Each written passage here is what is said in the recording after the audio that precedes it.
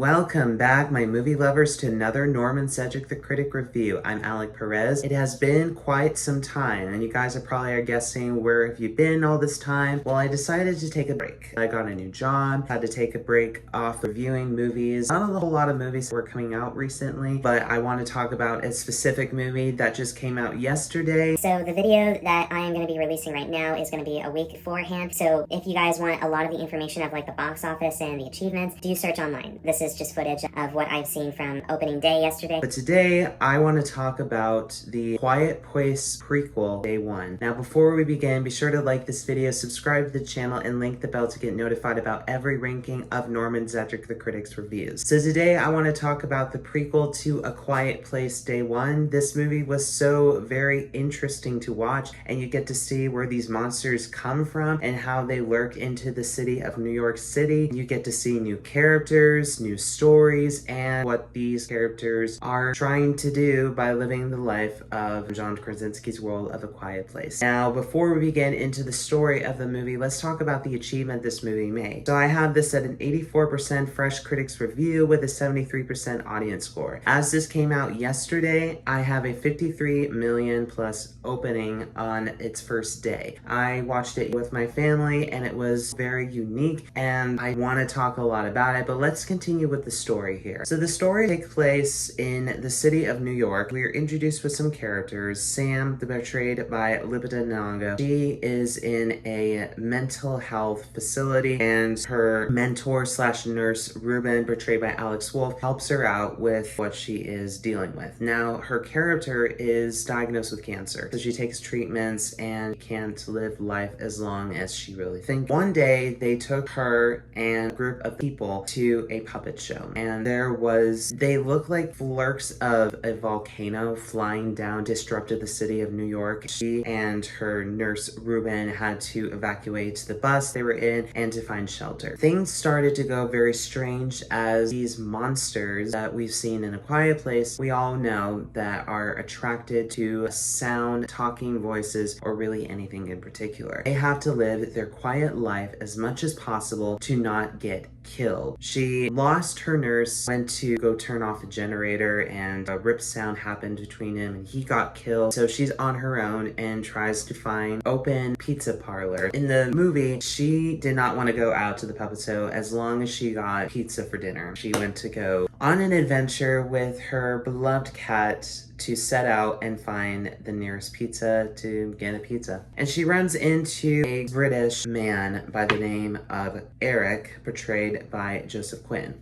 Now, you guys may know Joseph Quinn from the Stranger Things, personally in season 4, also doing the same thing, trying to find a way to get out of the city. They both didn't like each other at first, and she didn't want him to follow her. She agreed somehow they were finding a way to get out of the city, and then also to find what Sam wanted was just a slice of pizza. And so they found a boat to evacuate the city. Had to find a way to distract somehow. And Sam, who was diagnosed with cancer, sacrificed and distract the monsters while Eric and the cat went to the boat to set off in the island that you would see on A Quiet Place number 2. We see Sam living as much as possible before she would be attacked by one of the monsters and would die. And that is the end to the story of the Quiet Place Day 1 film. So stick around and hear my honest opinion about the whole movie itself. So what do I think about the movie? The movie was very excellent. It was a new director. John Kransinski stepped down direction and gave it to director Michael Javronsky, which I think he did a very excellent job with the directing, and especially for John Kransinski stepping out of direction. He was somehow also involved with the writing, so he technically was part of it. Didn't give the whole promotion to the movie, but he was still a part of that franchise. Now, the actors, I thought Lupita Nyong'o